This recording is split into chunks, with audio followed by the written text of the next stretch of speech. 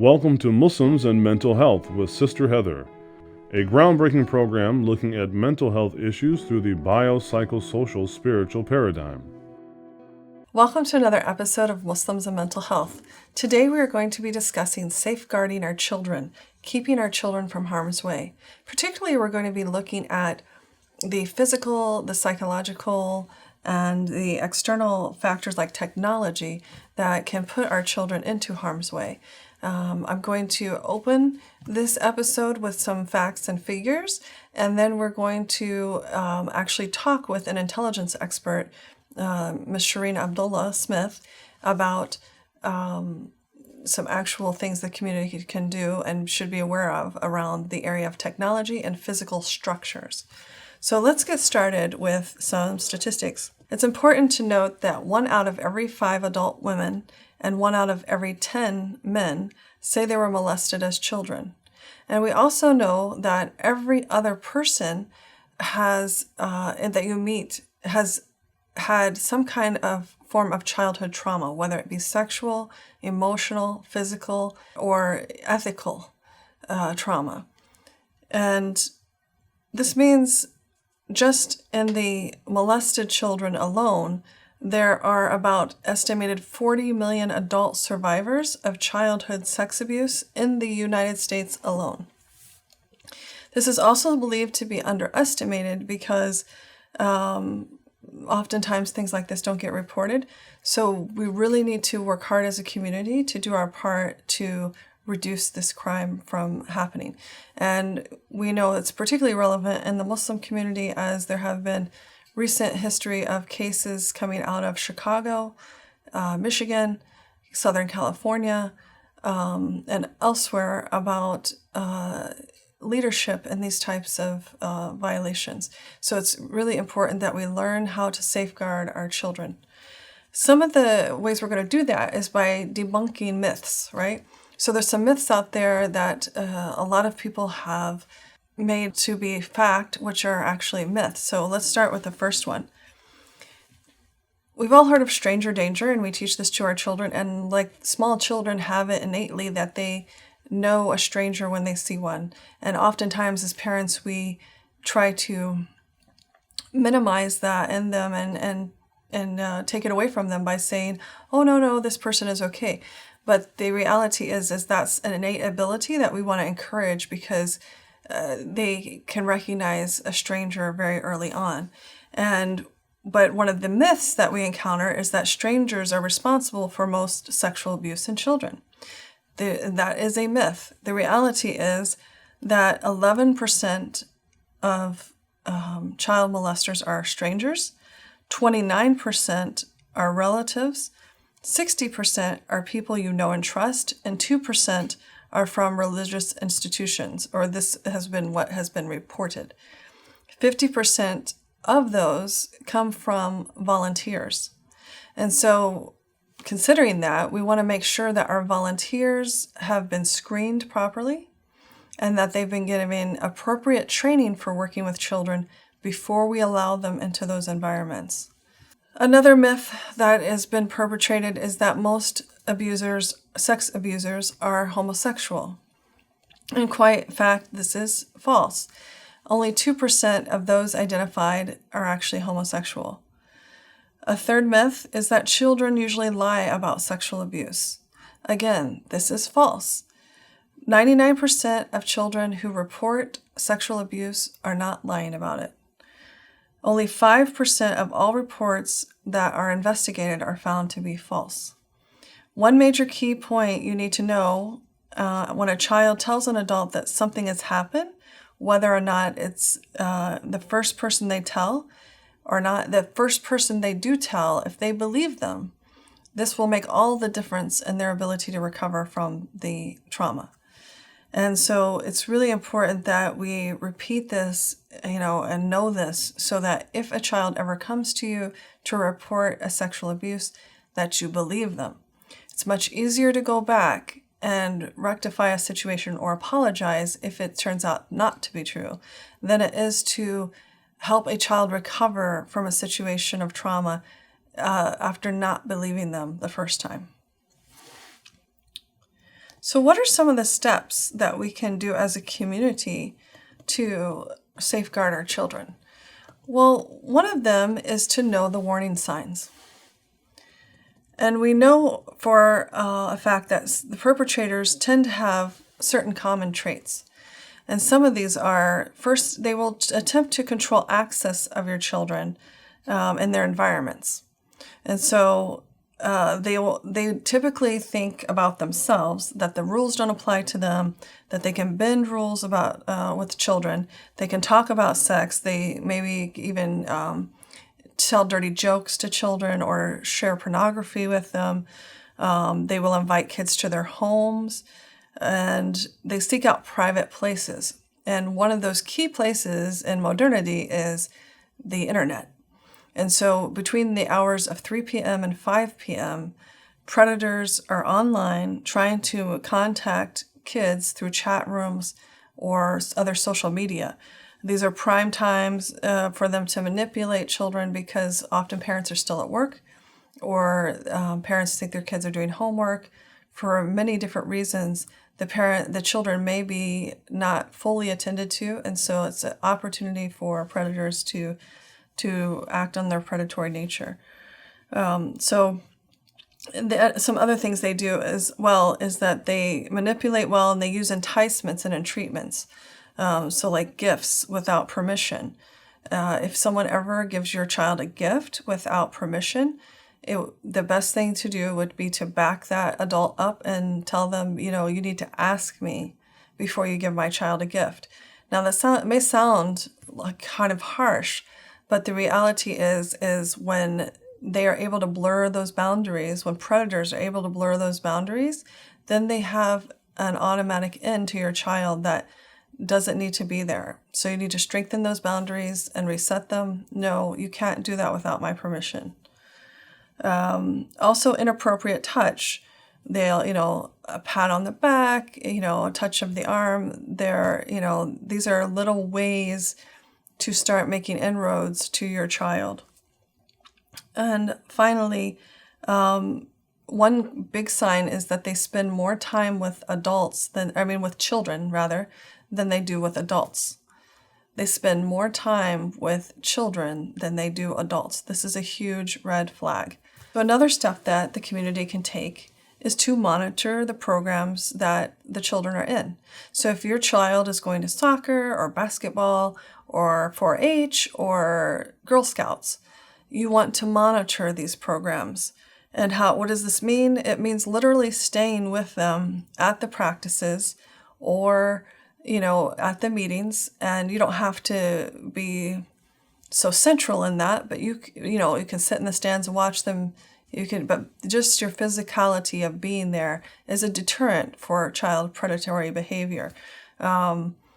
It's also a warning sign if you have a coach or a leader of a club who doesn't want parents involved. That's a warning sign that you should pay attention to. If a coach wants you to leave, this is a warning sign, because the question you need to ask yourself is, why do they need this kind of privacy with my child? Now, they just may prefer to have some privacy so that you're not critical of the way they're coaching or whatever, but the reality is they do not need privacy with your child.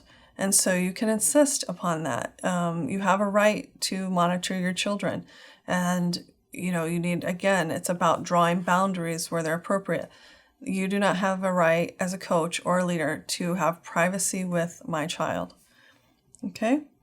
And then we're going to also, with that as well, and monitoring the programs, you want to know where all the scheduled places are. So you want to know where all those practices or meetings are taking place.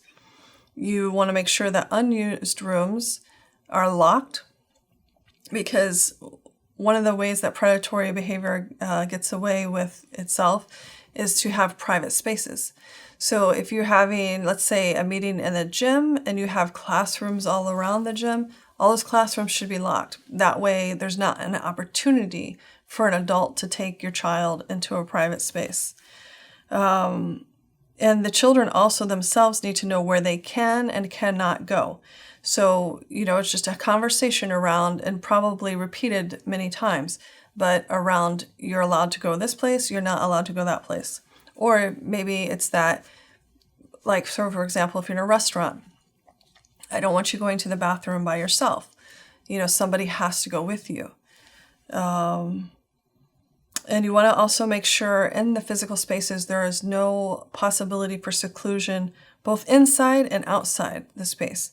So you look for things like bushes, or trees that might block views, where people could have a secluded space.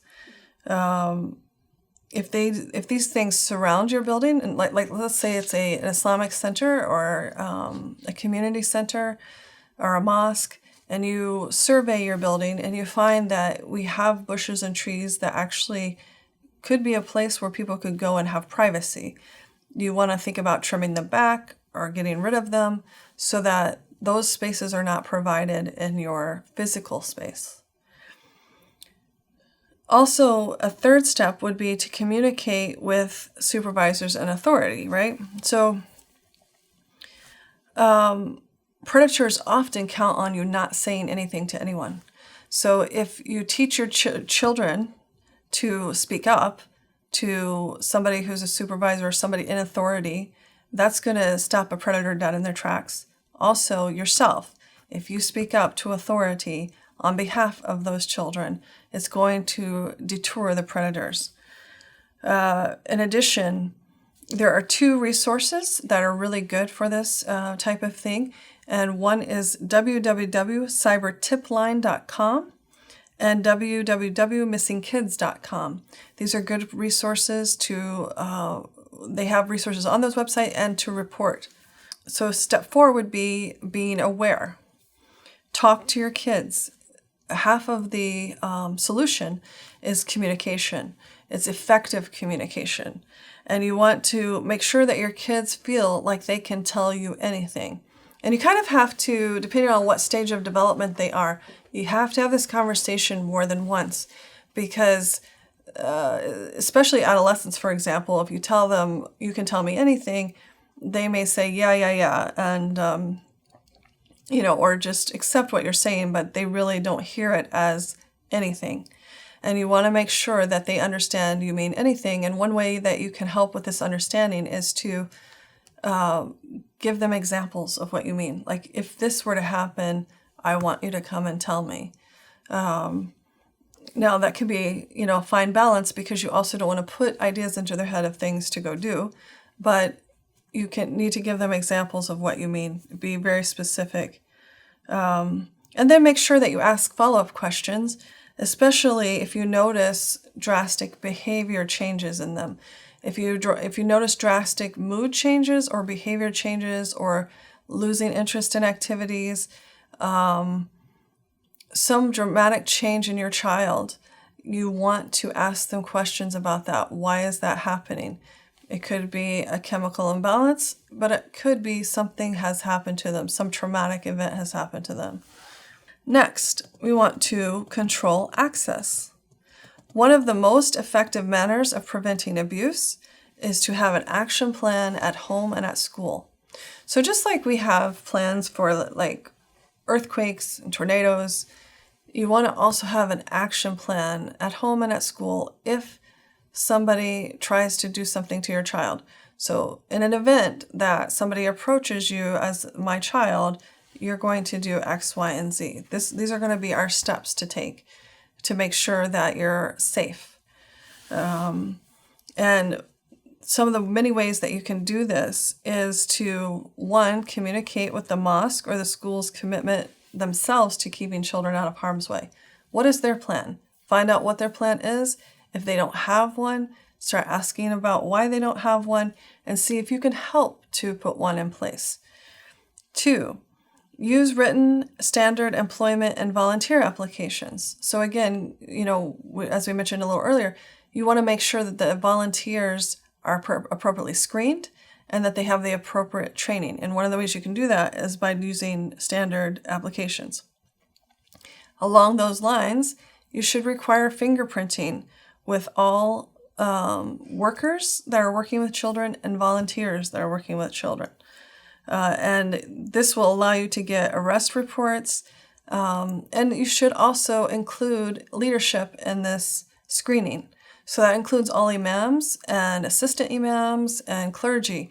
They should all be fingerprinted and screened for transgressions. You want to do complete face-to-face interviews. You never want to just hire somebody over the internet. You don't want to have any kind of absent hires or over the phone either. You want to have face-to-face interviews. As we all have heard of the famous show on MTV for kids, Catfish, this stuff happens quite frequently. You want to make sure you know who you're talking to. You can check all the references that they give you. Ask for references, at least 3. You want to get professional and personal references and check them. And you want to regularly review the guidelines and policies for adults who are working with the minors or the children and require everybody to be in compliance with these rules. So right now I'm going to take a break for our sponsor, but we'll be right back to talk about the next step.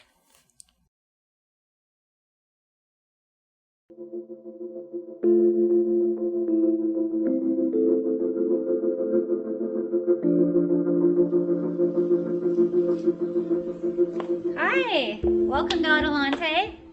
This is Adelante Recovery, and my name is Yvette Kuglin, and I'm part of the staff.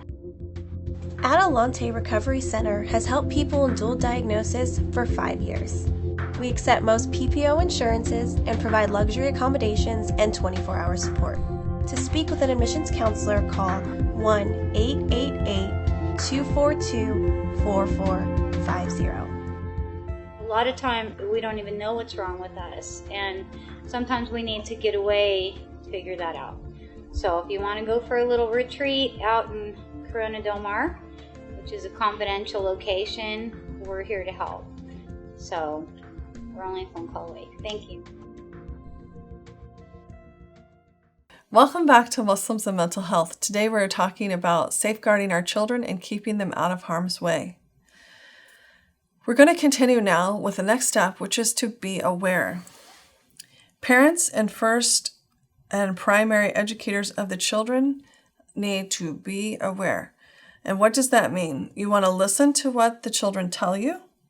You want to believe what they tell you. You want to be alert to their changes in behavior. And you want to pay attention to a child or teen who is being particularly secretive about their use on the computer, the cell phone, or any other forms of technology. So again, that's listen, believe, be alert, and pay attention. The next step is about the internet itself. And so we're going to talk about tips that you can use to protect your children from the internet. One of those is to stay out of chat rooms. This is the most frequently used and easiest way for predators to get to your children online. So you want to keep them out of chat rooms and teach them to not ever provide any personal information online. There's no need for them to provide that. And one of the ways you can communicate that is to indicate to them that if you need to share personal information, you as the adult will do that for them. And that will safeguard them from having to feel the need to do it. You also don't want them to post any online profiles. This is an immediate opportunity for predators to find them. And in addition to that, you want to be really careful about what you post yourself on your site about your children. And then there's a temptation, we've all had it, we've all probably done it, had pictures of our children and their activities online. And you have to be really careful about this. You shouldn't, if you are going to post a photo to share with your family members and friends online, what you want to avoid doing altogether is to share the first or the last name of the child or any other name that the child may use, like a nickname. You don't want to post their address, the city, their state, their home, any phone numbers, obviously not social security numbers, where they go to school, the name of the school, the mascot, the sports team, the school's color, or the name of the child's or teen's friends. Those are the things to avoid. So actually, if you're going to post a picture, it's just kind of like posting the picture without any verbiage, because you don't want to give any indication of how that predator could get to your child. Also, you never want to put a computer in a child's bedroom. As we discussed in a previous episode about study habits, it's better for children to study in an open area where you can be of help to them. The same is true about the computer in general. You don't want them to have access to a computer in a private, secluded place. You need to be able to monitor what's going on with them in the computer arena. And to that end, you want to also be able to see the screen at all times. So you don't want them, even if it's, let's say, at a desk in a family room or in a vestibule or something, you want to make sure that you can see the screen. You can walk by and see the screen and see what they're up to at any time. You don't want the kids to have privacy with these screens, because kids get pretty hip about this, right? And they know and they realize that parents are watching. And so they have created a language of their own to signal to one another that their parents are watching. And so that's another thing that you need to be aware of, is learning the language of the computer. And this changes periodically, but just to give you an example of what I'm talking about, so sometimes when kids are on Instant Messenger, they will use shorthand like POS. And what POS stands for is parent over shoulder. So they are aware that you will be monitoring them, and they use their own codes to let each other know that. And so you need to be hip to what these codes are and learn them, and be aware of what your children are doing. So one last tip that I want to go over is teaching your children at a very young age their anatomical structures, right? So even if it's not the exact word that we use for the anatomy, you still want to teach them words that they can communicate to you about their private parts, the other parts of their body. Most people recommend that you actually teach them the real names so that they can accurately describe, because if you don't teach children the correct anatomical names, they may say something like, well, they touched me down there. Well, down there can mean a whole lot of different things. And so if you actually teach your children what the actual parts are called, they can say, this person touched my vagina, or this person touched my penis. And this will help in more accurately describing or protecting the children from what the harm is. So I hope these tips have helped. We will come back with Cherine Abdalla-Smith to discuss more avenues of protection and safeguarding our children around technology, physical structures, and the psychological welfare of our children. Joining me now is Sister Cherine Abdalla. Sister Cherine works on the Security Engineering Research Team for Solutionary Incorporated, which is under the larger umbrella of NTT Group Security. She has the lead responsibility to direct the full integration of traditional intelligence analysis within the cybersecurity framework for targeted threat intelligence. Her current research and doctoral proposal is focused on the maritime transportation industry as a global critical infrastructure domain and the emergence of organized threat actors that are forming limited strategic partnerships across both physical and digital worlds, targeting this domain for economic, strategic, and political value. She holds an MSc in both intelligence analysis and information assurance cybersecurity from the University of Detroit Mercy, and certifications in critical infrastructure protection from the U.S. Department of Homeland Security and FEMA. Welcome, assalamu alaikum. Wa alaikum assalam. How are you? Alhamdulillah, how are you? I'm fine. Thank you very much for allowing me to join your program today. No, thank you. We're honored to have you. So I've been discussing up to this point a bit about the community's actions that they can take towards safety measures for protecting from like predators and like sexual predators specifically. But now we want to turn and look at more like physical structures and technology and how we can keep children safe in these arenas as well. So what are some of the safety measures for parents to consider in the physical building of, the physical building structures or the edifices, as you will, that their kids might be involved in, like if they were going to sports or some kind of meetings or school or, whatever. I mean, what are things that they should be considering, and other people? What would you advise parents to look out for? Well, as far as technology is involved, correct? Technology or like just the physical structure. So we touched base a little bit about it already in terms of, making sure there's no secluded spaces around a physical structure. Like, so if they have bushes or trees around the building and that sort of thing. Actually, this is called CPTED, Crime Prevention Through Environmental Design. It is actually a certification that people in the security field are, it's very, very good to have. But we do look at lighting, we look at landscaping, we look at where doors and windows are placed and the shrubbery around them, the different types of lights that are used, the different types of doors that are used. And there are several layers of perimeters around anyone's home or any structure that needs to be looked at. It's always very interesting to me when I see whether it's an educational building or a professional building or anyone's home where lights are not even lit. So that's also very important, especially when we're looking at our children going in and out of buildings, whether they're malls or a friend's homes. There should be several layers of lighting. The street lighting, there's specific types of street lighting that should be placed, even if a home or a school is kind of placed far away from a major intersection or a major thoroughfare. There should be very good lighting in the parking lot. There should be very good lighting in the walkways. All the walkways should be lined with lights, and even the walkway leading up to an entrance. So there, like I said, there are several layers from when you are entering the physical area of the building, as far as entering into a parking lot, entering into the curbside, and then entering into the building. And once you enter into the building, then there are different perimeter spaces even within that building, like the hallways and the central core of the building. So in all of those areas, there should be lighting, there should be a significant amount of space to walk through.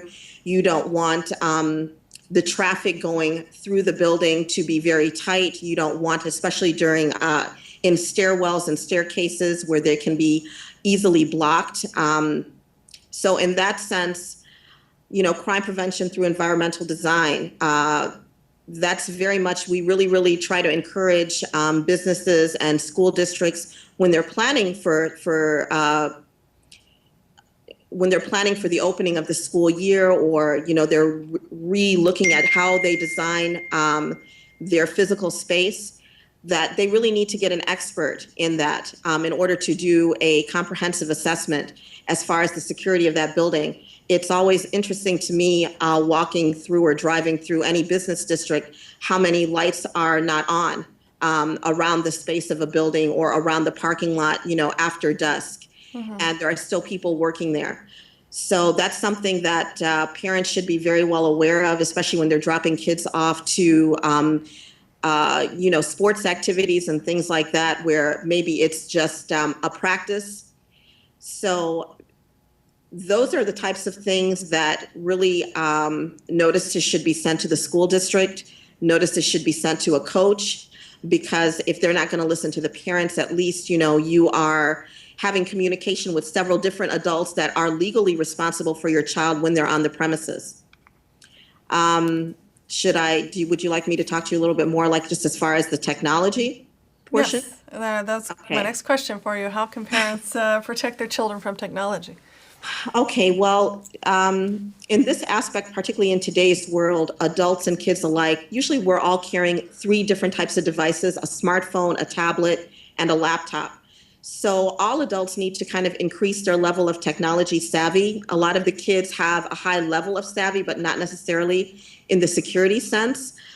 This doesn't mean that they need to have a deep level understanding of technology, but they do need to be aware of basic security knowledge and to secure themselves and their families. Because in today's world, our daily lives are permeated with that technology. So unfortunately, the reality is that the average layperson tends to view technology in a very overwhelming or abstract sense. And I think they choose not to try to understand it. But actually, it's, it doesn't have to be that way. If we put our heads in the sand and try not to understand it, we are actually exacerbating the likelihood of being vulnerable and that vulnerability being exploited. So honestly, every hacker or threat actor, whether it's a physical threat actor or a cyber threat actor, is banking literally on a person's choice to stay ignorant of safety precautions. One of the things that I would like to say is even physical threat actors, when they are targeting an individual, targeting a company, targeting a facility, or whoever it is they might be targeting, a lot of times, or most of the time, they're doing reconnaissance. Okay, there is no such thing as random crime. Crime is very specific. It may be a crime of opportunity, but it is not random.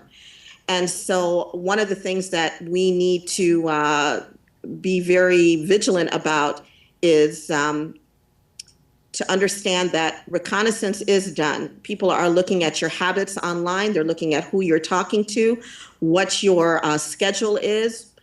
All of these things can be found out online by looking at people's social networking sites. And a lot of those networking sites are not secure, not by the kids, not by their parents. And so when you're looking to target someone, you know, it's very easy to pull all of this type of data points on an individual or a company, you know, whoever. When you say data points, you mean like information? I mean, this is what you essentially mean, right? Or what do you mean by that? Okay, well, not to be too technical, but data and information are different. Let's just say my child is going to school, and right now kids are constantly tweeting. They're putting stuff on Vine. They're putting stuff on Facebook. Every single thing that they're saying, you know, hey, I'm getting ready to catch the bus on such and such street. That is a data point, okay? Information is when we're tying those data points collectively and categorizing them. So we can say that this is so-and-so's habit for their schedule. So now we have correlated all of those different data points of when they're catching the bus, what school they're going to, what time they get out of school, are they catching the bus home, do they have a tendency to stay after school? So all of those data points put together is now information about that specific target, whether it's an individual child or a family or a corporation. It is actually formulating a picture. So that information then is, you know, cultivated into intelligence because we do some sort of analysis on it. But as far as physical buildings, we need to make parents aware that that there are public Wi-Fi networks within physical spaces that demand sign-on before they can access the internet. And many physical spaces will block your cellular carrier's network service. So whether your child is at school, I know my child, when he's at school, all outside cellular network carrier service is blocked. You can only access the internet through that school's service. Same thing when you go to the mall. Many malls do that. Same thing when you go to the airport and different spaces, whether it's a business, your carrier service is blocked. And so you're forced to have to sign on to this other network. The problem is when you sign on to this other network, especially when you're in public spaces, whether it's Starbucks or the airport or a mall, is that other people are actively monitoring that network.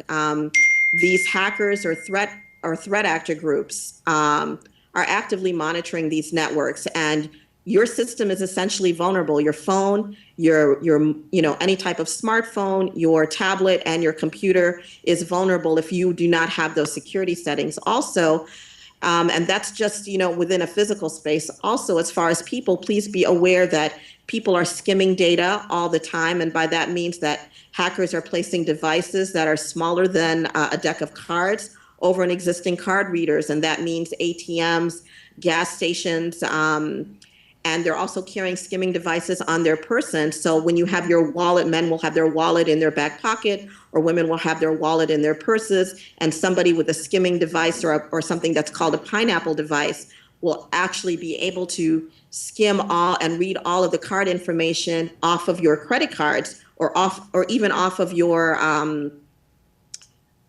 identification cards, because a lot of times now they have been updated to the point that there is digital information on your medical cards, on your ID cards, whether you have a passport that you're carrying. All of that carries digital information that allows the hacker to have greater information on how to access your systems, making you even more vulnerable.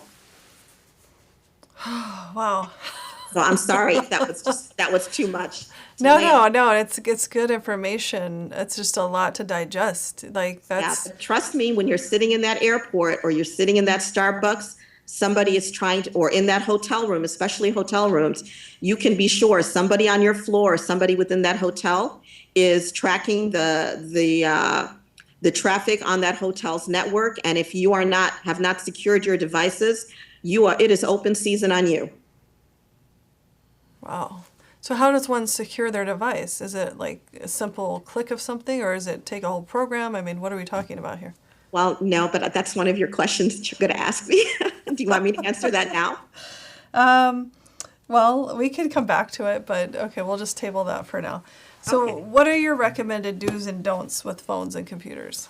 Okay. The recommended do's and don'ts, and I want to preface this answer by letting you know that if your home network or device is not secured beyond the basics that your carrier has provided, there are any number of ways that your devices are being hacked, controlled, and all of your data becomes accessible. So even when they come set up your router, the people from whatever service, whether it's AT&T or whatever service that you've contracted with, comes and sets up your router and they're telling you that you're secure, you're not, okay? They're doing just not to say that they're not setting any security settings, but there needs to be more because everyone knows how to get around them as far as in the hacker community.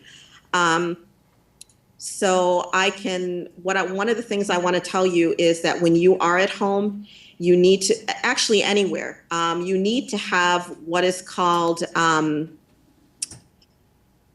a VPN service, a virtual private network. And this is something that I can't emphasize enough to people. Every single person listening needs to purchase a solid VPN, virtual private network service that can provide a strong layer of protection, whether you are using it at home or you are outside of your home. I have one on my phone. I have one on every single family member's phone, one on all of our devices, whether they are at home or whether they're mobile devices. The most important thing that you need to know about a VPN is that it secures your device's internet connections to guarantee that all of your data that you are sending and receiving is secured from private eyes. Everything is encrypted.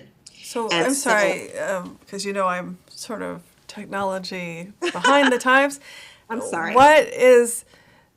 Is that an app or what is that? What is that? It's okay. So let's say, Heather,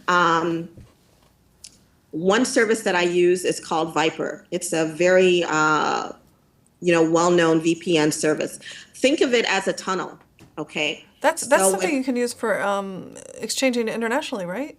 Viper? Yes, absolutely. I think I've used that one before. So a VPN service is something that you download and set up on your computer. It's very, very easy. And whenever you log into your computer, you open up your computer, you start your VPN. And that means that you essentially almost have like a tunnel between all of your communication that's going through that private server that the VPN has set up. So instead of looking like, instead of looking like my network traffic is coming from Detroit, Michigan, it may look like it's coming from Johannesburg, South Africa, okay? And so when I log into my Chase account, when I log into my Discover account, anything that somebody is even thinking of looking at that traffic, it's all encrypted.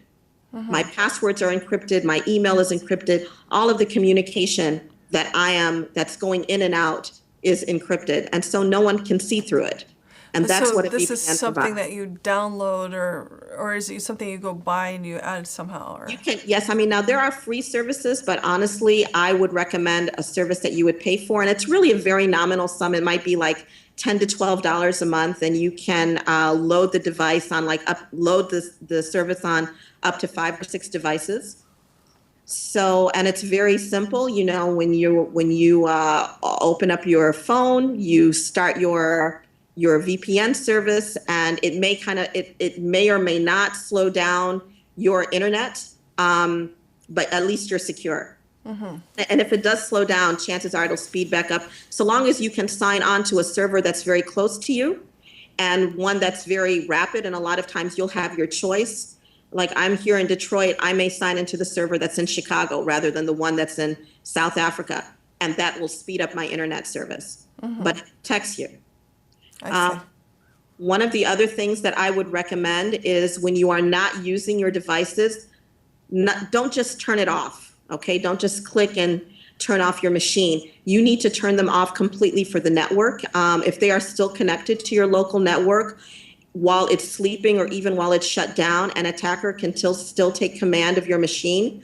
Turn it on, turn on your camera, turn on your microphone, and be aware of everything that's happening in your home. And that is on top of being able to access all your documents. So it's possible that they can install keylogger software onto your computer at that time to record your username and password when you are accessing different accounts. So the best thing to do is just when you're not using your machine, turn it off completely. Unplug from the internet. That is really, really very key because especially when they're targeting certain parts of the world, they know when it's after hours and most people are asleep. So a lot of times you'll see unusual activity after 10 o'clock between the hours of, say, 10 o'clock and 6 a.m. So that is a prime time. These hackers, these threat actors, they know very much what they're doing. They are expert at it. They have cutting edge exploits. And so that's just kind of one way to at least limit the time frame that they have access to your machine. And if you get up at 7 o'clock and you're using your machine, turn on your VPN and you should be fine. Another thing that people should be very diligent about is getting a portable hard drive or getting a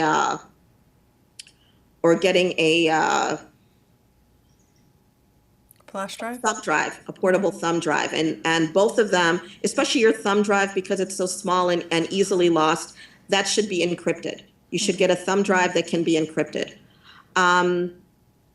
So the portable hard drive, you need to get and keep all of your important documents on it instead of your machine. Don't keep your tax papers, your private letters, your important transcripts or anything like that, your applications, any kind of credit card receipts, anything like that on your actual machine. You should transfer all of that to a portable hard drive and wipe that information off of your machine. Because once they have access to your device, they have access to everything. So your data is going to be collected. It's going to be sold on the cyber black market in bundles of 100 or 1,000 with 100 or 1,000 other users that they were able to access their information. And I promise you, chances are, yours and mine and lots of other people's our information is already on there.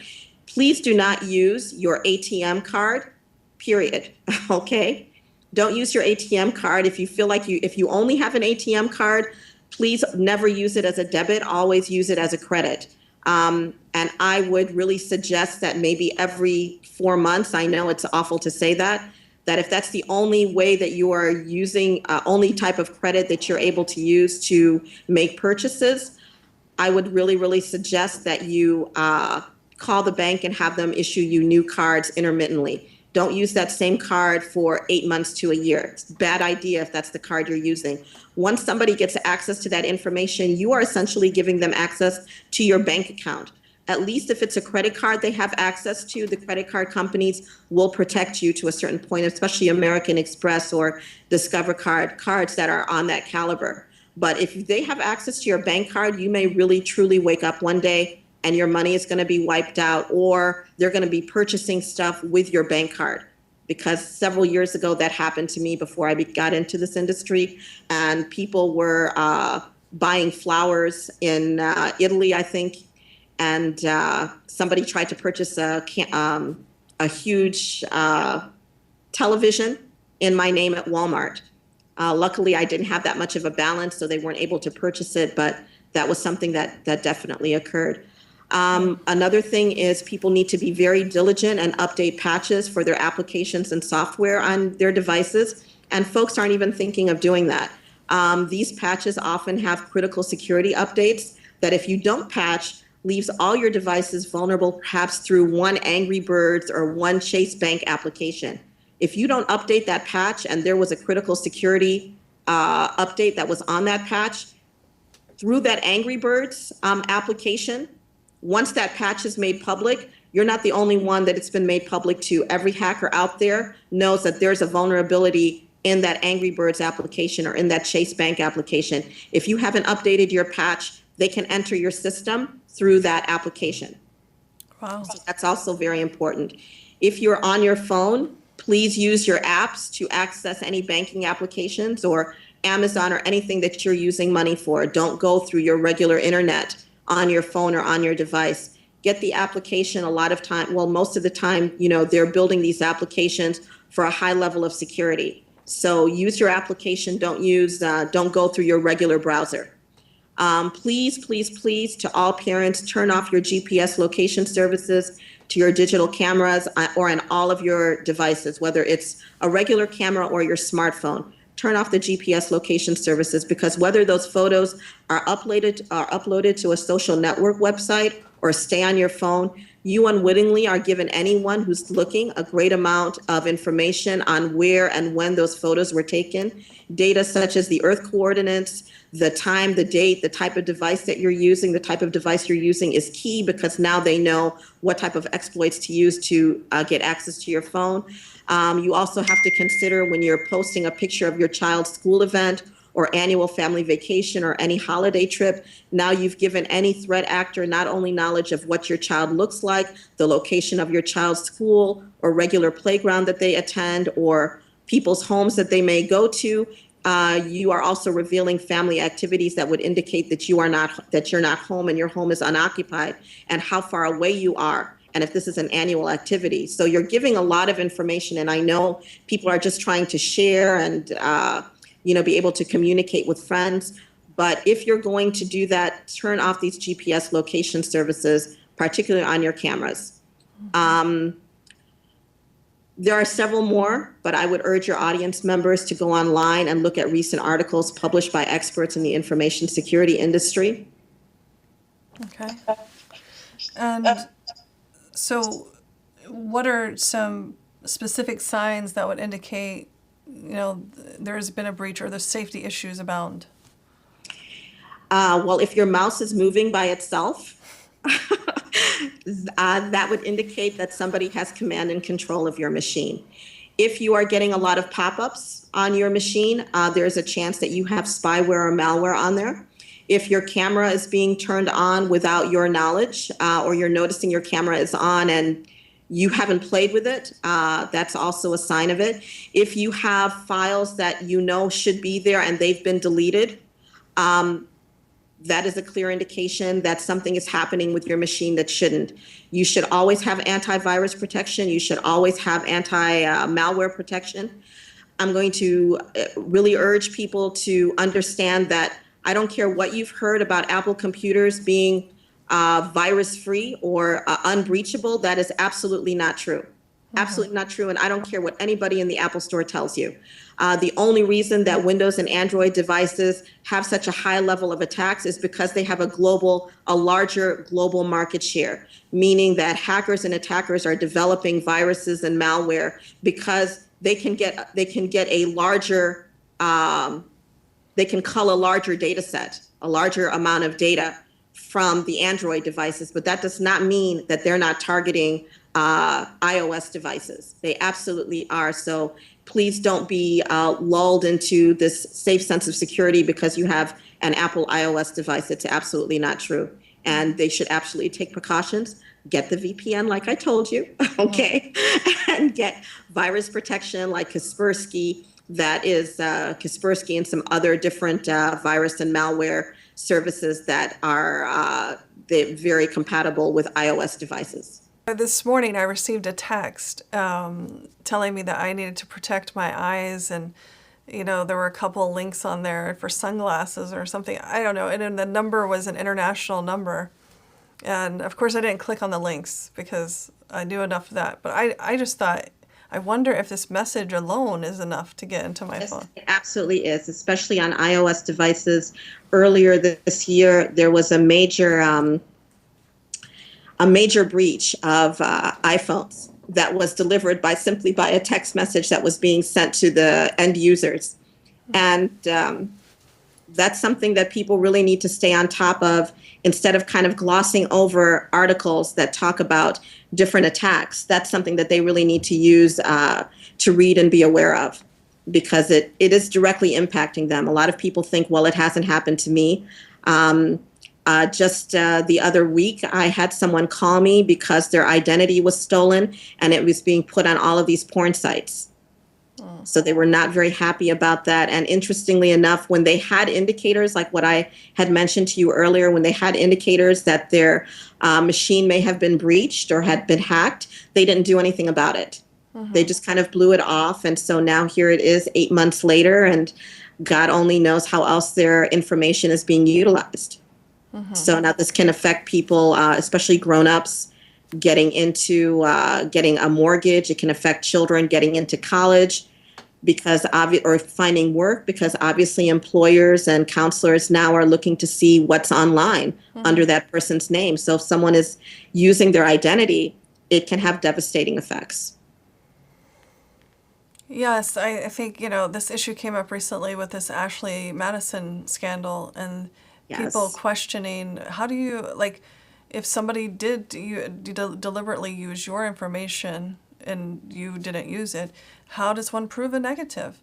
It's very difficult to, recover something like that once, how do you know how to prove that? I guess there is probably a way in your industry, but I don't know. It's actually really an uphill legal battle. It really is. It may take years for you to recover your identity, and you don't know how many times your information has been sold. When you do feel like your information has been breached, my advice to you is close out all of your accounts, ask for new cards to be registered to you, definitely call the credit bureaus and put an alert on there. One of the things that I also did want to make people aware of is home security services that are offering to set up devices in your home so that you can view your home security when you're at work or when you're traveling. Well, let me tell you that just like you can see what's happening in your home, other people can see what's happening in your home. And I would never advise anyone to purchase one of those services. Okay, well, do you know of any current Muslim programs or companies that families can turn to for guidance or help or advice with this? I think that parents are actually their own greatest resource. They need to communicate, formulate a balanced family plan, and back one another up when it's challenged by a child, and hold that line firmly as far as the use of technology in their home and outside of their home. I do emphasize balance because, as I said earlier, technology is part of a daily life of this particular generation and for generations to come. So taking everything away is not solving the problem, but reducing it significantly and encouraging other activities will solve that problem. Honestly, I don't know of any distinctly Muslim program or companies that parents can turn to. However, there is a plethora of security information online, and I encourage parents to actively go in regularly, find out what's happening, how to specifically secure all of their devices, how to secure their home network, how to get a VPN service, how to turn off if they're not familiar with their smartphone settings, to even just get online and look at how to set your security settings, for different applications. So those are very, very easy fixes that parents can do themselves. But for behavioral issues connected with acute technology attachment, a professional who is specialized in this growing type of problem should be sought. One of the things that I had wanted to kind of discuss is, as far as parents protecting their children from technology, the kids today, I notice, are constantly rotating between television, smartphones, tablets, their Nintendos or DSs, and their computers with no real rest. And one of the difficulties that I'm seeing is they are not emotionally and psychologically connected the way that they should be. And I think many of us have witnessed kids who don't know what to do with themselves when they are not engaged in some way with technology.